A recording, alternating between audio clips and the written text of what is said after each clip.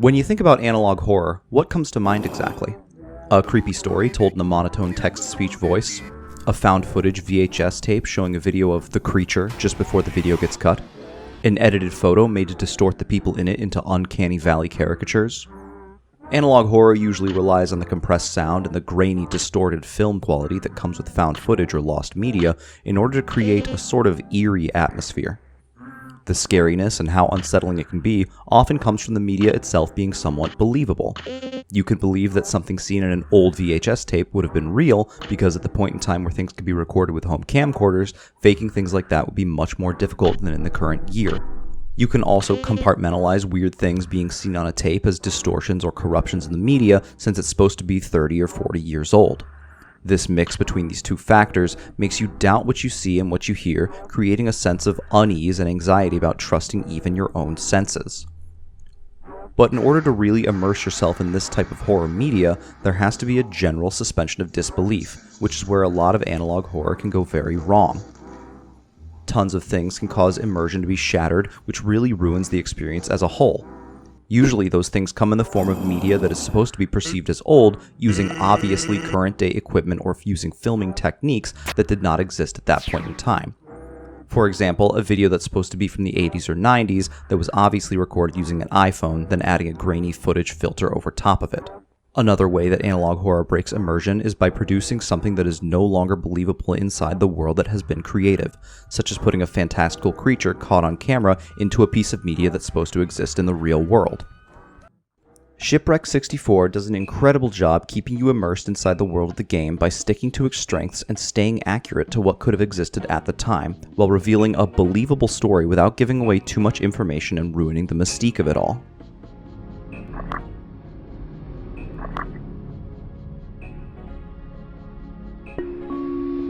If you're not aware or haven't heard of it yet, Shipwrecked 64 is the third part of an ARG that was started a few years ago by developer Squeaks de Corga. This is by far the largest and most intricate part of the ARG, being the only one that is a fully playable game. It's based on a fictional reality where a company called Broadside Animation had, in the late 90s, created a multimedia franchise around the character Bucky Beaver and friends as a sort of rival to the Walt Disney Corporation, complete with mascots, theme parks, films, and TV shows. The game Shipwrecked was to be a game based around the characters of Broadside Animation created by another fictitious company, Cogware Games, but the game was allegedly pulled from the shelf after only 3 days.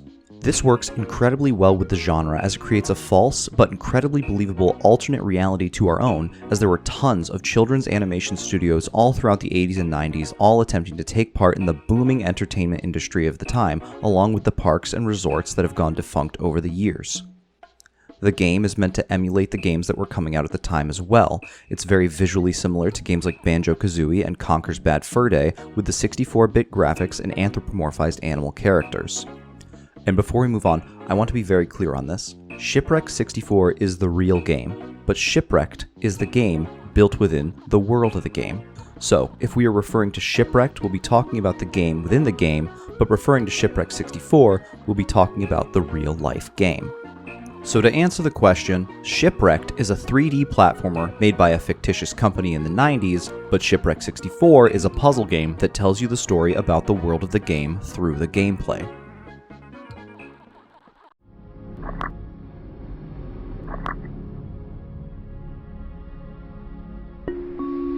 Before Shipwrecked 64 even starts, you can see from the Steam page that developers have already started world building, attempting to immerse you in the game along with providing some context before you even start playing. Once you actually get into the game, it starts you off in a main menu screen, and upon attempting to start the game, you'll be given 2 choices. One to play a new finished version of the game, and another to play the unaltered form of the game that was originally pulled from the shelves. However, you have to play through the finished version to get to the original one. Before we go any further into the video, I have to warn you now that you 100% need to play this game before you watch. Not only is the game best experienced blind, but also without playing it, you'll lack context on what I'm going to be talking about.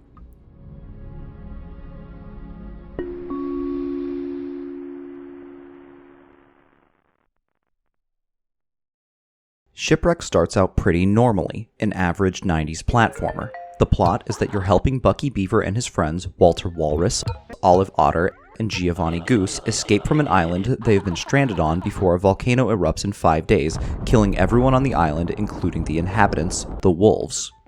You help your friends by doing their respective tasks that the wolves have given to them, collecting coconuts for Olive, cooking for Giovanni, and clearing out a boat for Walter. Slowly collecting them onto the beach along with talking to the chief wolf and collecting the pieces of your boat that have been scattered through the forest. Once everyone is collected and your boat is fixed, you're free to leave the island and end the game.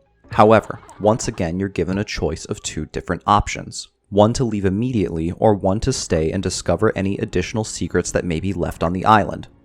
If you do choose to stay and explore the extra secrets, then congratulations, you're the type of person who's going to enjoy the rest of the game. Returning to where we met Chief Wolf earlier, we find a new character named Stumbler O'Hare, a rabbit with missing arms. He tasks us with helping him with a painting he's making, and when we finish doing that, we're met with another new character in the same place named JD.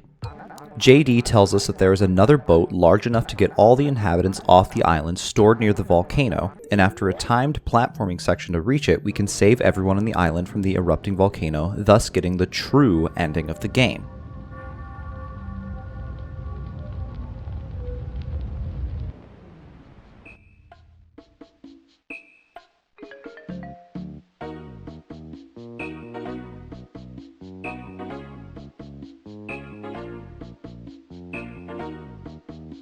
After beating the 2023 version of Shipwrecked, you're given access to the 1997 version, the unaltered version that was pulled from the shelves.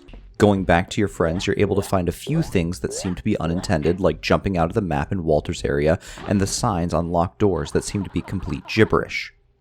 The real game begins, however, as soon as you fail Giovanni Goose's cooking minigame, where you will see CCTV footage of someone in a Bucky Beaver costume bashing in the head and then burning on the stove someone who we will later learn is the voice actor of Giovanni Goose, Gary Wilson.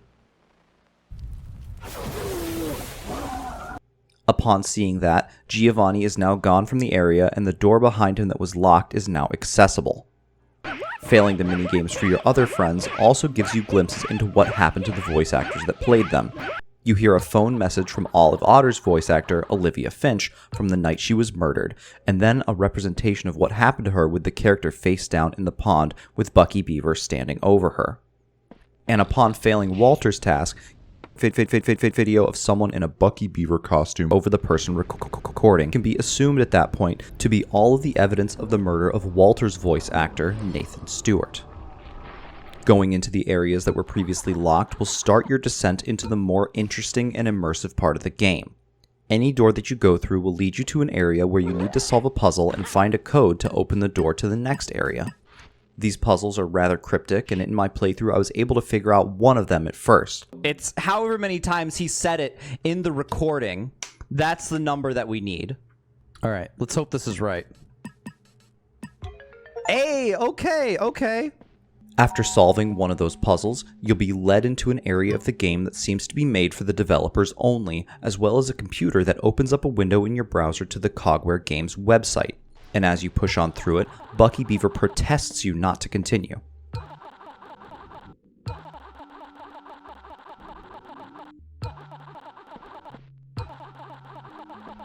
But pressing forward, we're met with another computer and a candle to help light our way. This computer brings you to A Helping Nub, a website written by supposed in-game character Stumbler O'Hare to help you through the final stretch of the game.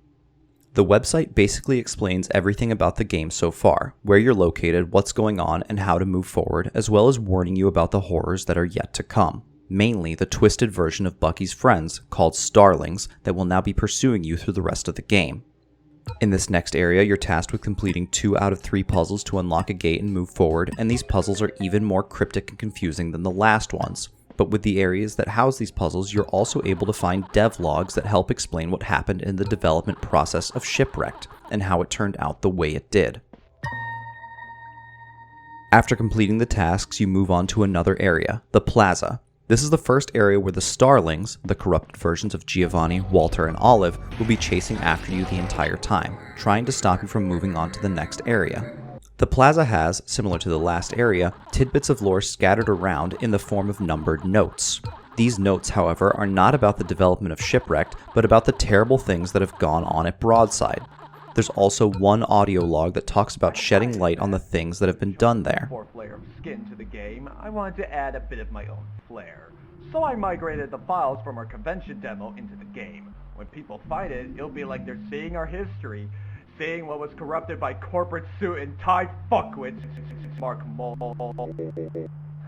Once you're able to solve the puzzles and complete the tasks in the plaza while avoiding the starlings, you can move on to the next area. In the next area, the sewers, you're still being pursued by the starlings with one new addition, Bucky Beaver himself. There's not much lore here like there was in previous areas, so your main goal is just to find a code that will open the door just above you in the aquarium. Solving the puzzles in the sewers rewards you with another webpage that allows you to download what seems to be a demo version of Shipwrecked called Codebreaker, and using that you're able to go back through the aquarium and make your way through the locked door. Additionally, when you use the Codebreaker, you'll learn about another Broadside Media character that has not been previously mentioned, named Blot, and coincidentally, that is the starling that will be chasing you through the aquarium while you attempt to solve the most batshit insane puzzles so far.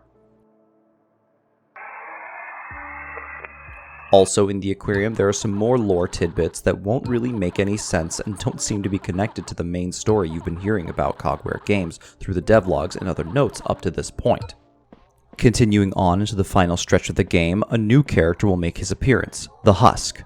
He tells you that he will give you all the information you want to know if you find him. You're transported to an eerie version of the island where everything began and are tasked with finding the Husk 10 times while avoiding all 5 of the starlings you've met so far, and upon doing so, you're rewarded with the remaining missing information about the development of Shipwrecked.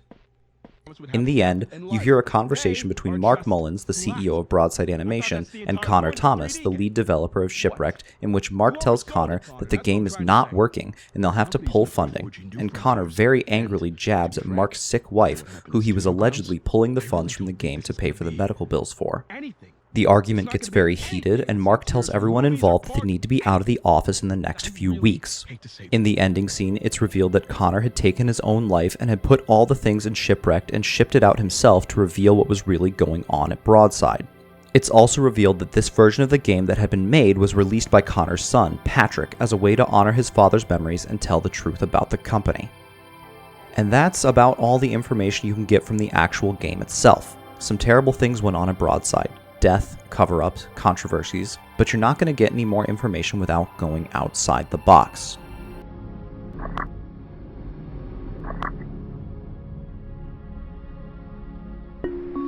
If you remember earlier, we talked about Shipwreck 64 being the third part of a 3-part series on Broadside Animation. Well, if you go into Squeaks to Corga's YouTube channel, you can find parts 1 and 2 in order to satiate your desire for the rest of the information that you crave. On that channel, you can find a video titled Broadside Film Fest, and in about an hour and 20 minutes in, you find the first part of the series, the Broadside Beach Found Footage Collection. This found footage collection was put together by someone only known as Scott, who claims to have found old tapes about Broadside Beach, a now defunct theme park, online. The tapes start off fairly innocently, with what seems to be a training video for the staff at the park, with slight glitches here and there. The next thing shown is a news report about the death of the Bucky Beaver mascot Brandon Lester, with Broadside providing no comment about what had happened. Breaking news! We have just received word that the costumed actor Brandon Lester has unfortunately passed away from what is believed to have been an accident involving a heat wave and the inside of a costume at the Broadside Beach attraction. Scott then tells us that the park had shut down for a few months before opening back up, with someone apparently easily replacing Brandon in the costume. With this new information, we now know about how all of the characters had their own related people who played them in real life that had also died before the game was released. However, it hasn't answered our questions about the murders of the voice actors Nathan, Gary, and Olivia.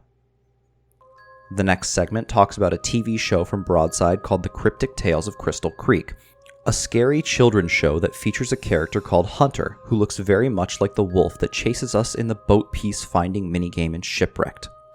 There's also a Dropbox link in this section of the video, but since it's a few years old at this point, it's inaccessible. Unfortunately, Scott says that there's a problem with the tape and we have to move on to something else before we can continue. We move on to some interviews with people who have visited Broadside Beach in the past. One interviewee claims that when she went there to see Giovanni Goose, the members of the park claimed he was sleeping, and Scott remarks that he doesn't think the mascots do much sleeping there. The next interviewee talks about how he was playing tag with the Bucky mascot and some other kids, and remarks about how good the mascots were at running around and chasing you, which is something we've already experienced in-game. He then goes on to say that he tripped on the beach and hurt his ankle, and claims that he saw the beach underneath him moving like it was alive and then sinking back down underneath him. Scott then cuts the video there, saying that his interview went on for a long time, so he cut most of it out. The next part of the video shows a photo of statues of Rex Broadside, the creator of Broadside Animation, standing next to Bucky Beaver, and talks about how people saying that he had frozen himself, not unlike the rumors about Walt Disney. Then he goes on to talk about a creepypasta that involves Rex's zombie running around inside a Bucky costume, and how there was a fan game made about it. The video and music then suddenly cuts, and seemingly we have another narrator talking about the death of Olivia and urging Scott to play the next tape. Scott tells them to leave him alone, but the other narrator insists. We then get to see the tape from earlier, The Cryptic Tales of Crystal Creek. An incredibly poor quality VHS tape of two puppets begin telling us a story of Nulla Terra, the name of the island from Shipwrecked. The island was uninhabited until voyagers found it and set up civilization, but the crops and fruit grew incredibly fast on the island, leading to rumors of a curse. Several houses were knocked apart and multiple travelers to the island were killed as well. And after a period of time, the inhabitants discovered that the island had a beating heart, and the tape cuts there. Scott, or possibly our new narrator, says that it is thumping beneath us, and that they will continue to guide us. A URL to another YouTube video shows up on screen briefly, however the video is private and unavailable. Scott seems confused by what's happening, and tries to reach out to the other narrator, but nobody answers. He remarks that his computer is getting hot and leaking a black liquid, then shows a photo of a destroyed USB drive, claiming that they are in the files, before showing some quick flash of distorted Broadside media characters and ending.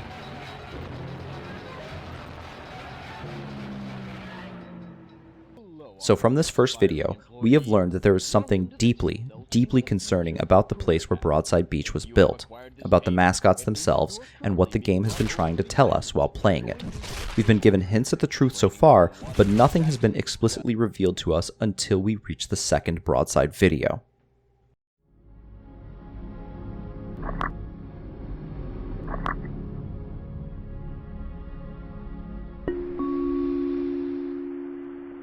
Part 2 of the Broadside Beach trio starts with an unnamed narrator, possibly supposed to be Squeaks himself, as that is who the video is attributed to, talking about playing Shipwrecked on the Nintendo 64 when he was younger, until the power suddenly went out. He was never able to find a copy of the game after playing it, and assumed that his friend had received some kind of developer copy of it.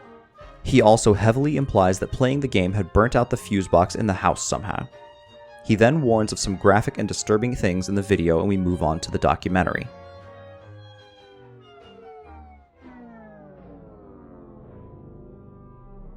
We start off with some history about Broadside Beach and how it was shut down after several accidents involving the death of, as we know it, Brandon Lester. The main part of the video focuses on a video that's being shown to future employees of a new park by Broadside Animation called Studio Grounds, based in Florida. Our employee video narrator tells us about how Broadside Beach is being closed and Studio Grounds is being opened, and how much the staff means to them there at the park, showing a picture of someone we can only assume to be Brandon Lester in a Bucky Beaver costume. They then have a moment of silence for their founder Rex Broadside before announcing that all new employees have been split into color-coded groups and only certain people will be allowed to see certain parts of the employee training video. Stay seated. And everyone else, continue your party, but please listen to the PA system for when it's your time to learn what to do. The first part is for janitors, who are given very sketchily explicit instructions to only clean where they are allowed to go and to not worry about why, because they don't have any skeletons in the closet, which we know to be false. After that section is over, we see someone pulling up a file of a very distorted voice message that mentions Olivia.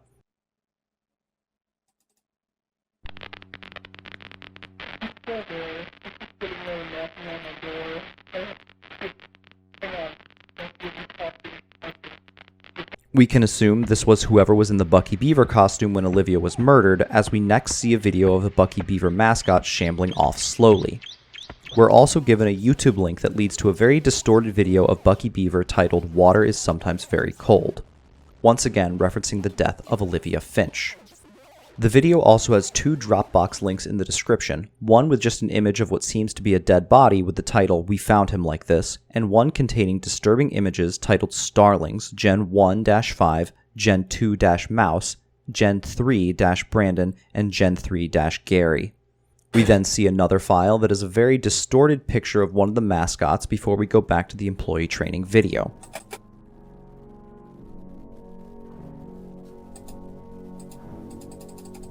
The next part of the video is about the ride operators. Our training video tells us about how the rides work before sending them out.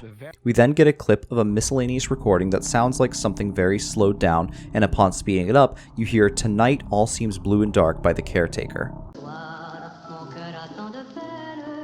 The next segment plays a clip from Broadside Animation's cartoon called Bucky's Fantastic Fish Stand, a story about Bucky and Giovanni's rival food stand. We don't get to see much of it before we see, once again, the murder of Gary Wilson, but this time with the context that it was Brandon in the Bucky costume. We now move into the last and most important segment of the training video, the one for only those who have been deemed trustworthy enough to keep the contents a secret, and everybody is prompted to sign a non-disclosure agreement before they can even move on. They start out by introducing what a starling is, a costumed entity that can, according to them, work forever with no human interaction. He goes on to say that the starlings are effectively immortal and they are developing a way to bring back their founder Rex Broadside with the Starling program. We also receive a Dropbox link to a 15-minute monologue from Rex Broadside. He talks about how he knows he's going to die and that the CEO Mark Mullins plans to continue the company after he's gone. He seems to regret the company that is built up to this point because his entire life just exists to sell things. He also laments about his mental and physical health and his relationship with his family and the company.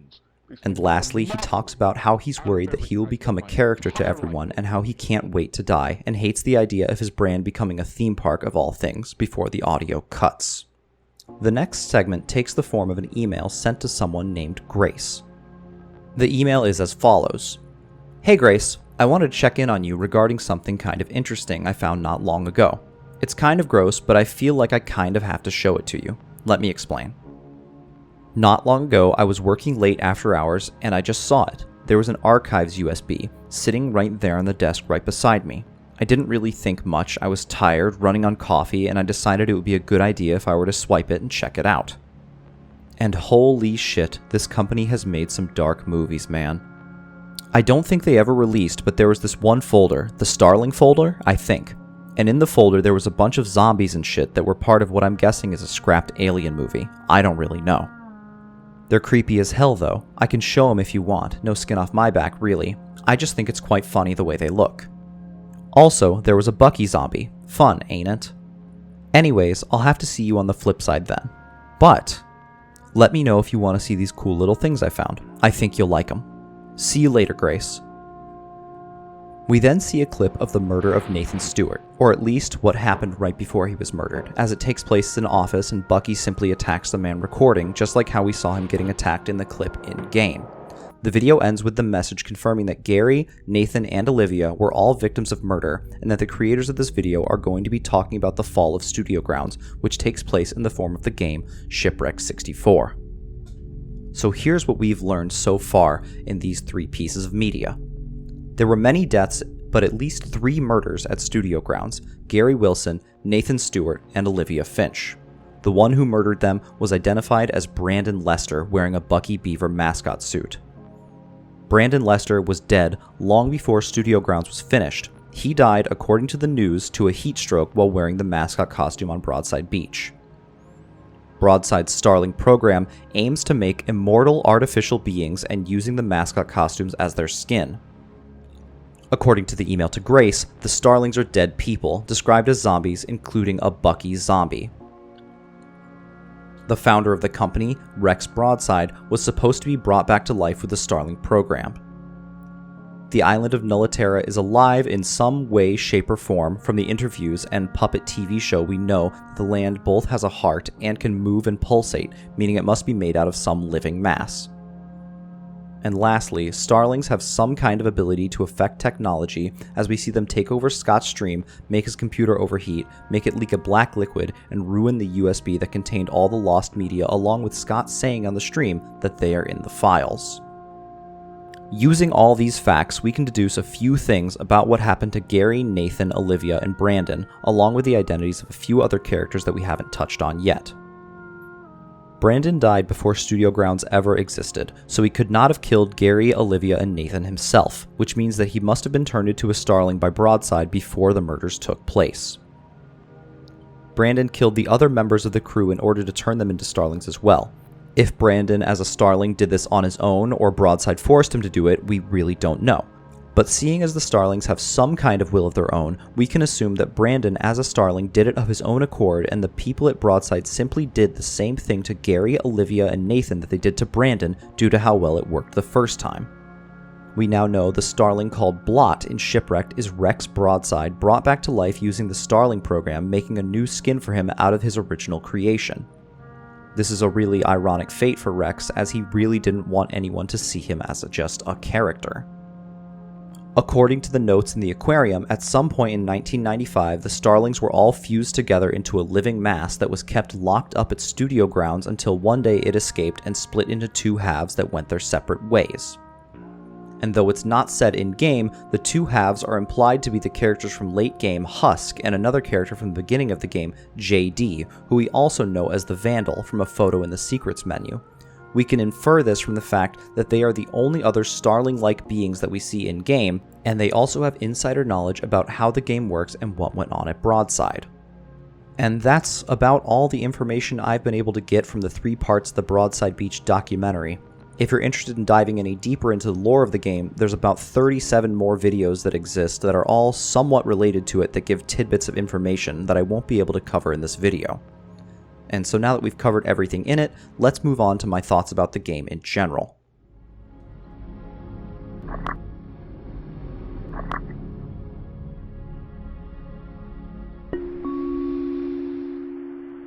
Shipwrecked 64 is a very special game. I don't think that I've been so deeply invested in something since I played The Outer Wilds. And this game does so much right as a nostalgic game, as a puzzle game, and as a piece of analog horror. The number one thing that Shipwrecked nails is the atmosphere. Starting out, it feels genuinely like an old N64 game. Bucky Beaver feels great to control, all the characters and areas look like they belong, and if the base game wasn't so short, it could easily be believed to be something that came out in the 90s. Basically, every single detail screams Nintendo 64, from the sound design to things as small as the text scrawling, and from the very beginning of the game, it really immerses you into the idea that it's real. Once you get into the lower layers of the game, there's this huge tonal shift from bright and vibrant to dark and eerie, and it gives you this very specific feeling that you get when you discover a clearly unintended bug in old games. Discovering and playing through the lower levels almost feels like a schoolyard or internet rumor come to life, like the idea of Mew under the truck in Pokemon Red and Blue. It has an intrinsic mystique to it that really makes it feel like you're seeing something that you're not supposed to be seeing, and because of that, you press on as much as you can. The ARG elements in Shipwrecked also add to that mystique, and as you solve puzzles in the game, you're rewarded with knowledge about the world the game comes from and the terrible things that happened in it. And because it immerses you so far into the game becoming real, that the information that you learn from it feels real as well, which is what makes it such great analog horror. You don't have to suspend your disbelief that far in order to get scared by what's going on in the world of the game. In addition to the scary overtones and the revelation of the murders that took place, Shipwrecked is scary in the sense of a traditional horror game, with jump scares, generally unsettling atmospheres, and enemies that pursue you with real consequences to being caught. And now I want to say that when I review games, I feel like I tend to be too negative to some people, and that comes across that I dislike games that I really enjoy. So I just need to list off all the things here that I really like about Shipwrecked 64 before delving into what could be improved upon. Starting off, we have the puzzles. They are absolutely fantastic. The way that Shipwrecked shows you how to solve the puzzles in the game reminds me of another game that emulates an older style called La Mulana, where you basically have zero input from the game itself telling you if you're figuring it out until you've already solved it. This level of almost detached, hands-off game direction really resonates with me personally, as it allows me to figure out things on my own and at my own pace, and I end up feeling super smart when I do solve the puzzles. One puzzle that particularly made me feel smart was when I discovered the code breaker in the sewers, and then immediately recognized that a code I found earlier fit right into it so that I could move on. However, there was one particular puzzle that made me feel really dumb for not being able to solve it, which was the code in Olive Otter's achievement in-game. And I really thought that I was thinking outside of the box when I was trying to solve this one, even going into the files of the game to find this little note written from the game developer. Another thing that I really love about this game is the starlings. They are such a cool concept and very scary even to just look at. I love the way that all 5 of them have very different ways of pursuing you. The way that Nathan can pop into existence from anywhere, and how Gary can hear you from across the map, how Olivia and Blot can show up on the margins of the screen, and especially how Brandon has the power to open browser windows on your PC. It really drives home the idea that starlings can affect technology, and I love that Squeaks was able to put something like that into the game. Another thing that I love about the starlings is that they're all supposed to be real, but at the same time in the confines of a Nintendo 64 cartridge, so they almost seem to be constantly trying to render at a higher polygon count than the technology will allow, giving them this sharp, glitching texture. The fusion of ARG elements into the game without them being too overbearing makes Shipwrecked an absolute pleasure to play on its own, while also being fun as a piece of a larger whole, and I think the order that I experienced everything, playing the game first and then going back and watching the older pieces of media, is quite possibly the best way to experience it. You get to uncover more secrets and enjoy solving the puzzles in the game, and you'll also enjoy putting together all the pieces in the Lost Media collection. Now that we've talked about the good parts, we have to move on to the critique. No game is perfect, and even as good as Shipwrecked 64 is, it has its share of flaws. One of the main points of contentions that I have for Shipwrecked is the sound mixing, particularly when it comes to the tape recorders. They are so quiet compared to the rest of the game, to a point where I had to turn my Windows mixer volume up when I wanted to play them, and then turn it back down to not get my eardrums blown out by the jump scares in the music.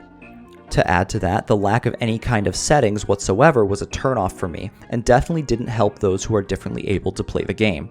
The fact that some puzzles rely on hearing or telling colors apart makes them impossible for those who are hearing impaired or those who are colorblind, so some regular settings and accessibility settings would be a great addition. Another issue with Shipwrecked is the AI of the starlings. Despite the starlings being really great with how they function, sometimes their AI gets a little weird with how they're just hanging around near where you're hiding and never leaving. I remember in my first playthrough when I was searching for Husk, I stayed inside a barrel for 15 minutes waiting for the starlings to leave the area, but they just continued to stay around the area, and whenever one of them would leave, another would come to take their place with no chance to escape. The same thing can also happen in the sewers, reported from some other people who have played the game, but it didn't happen to me. Speaking of the starlings, the constant jump scares that can occur in the plaza and sewers can be annoying and could potentially trigger those with photosensitivity issues. There are also a few things that I wish were different or expanded upon, and although these things aren't bad, I just think they could be better. There are a few sections where you escape the map or clip through walls, but it only happens a few times, and I would have loved it if clipping through walls was more of a process than just walking through it, like you had to push your model through the wall with some resistance to clip in, like in a real N64 game. Another thing that felt like a missed opportunity were the working mirrors that can be found around the map that aren't utilized for any puzzles at all. For my final thoughts on the game and the surrounding media, I'd like to say that Shipwrecked 64 really is a 10 out of 10 puzzle game and a 10 out of 10 horror game.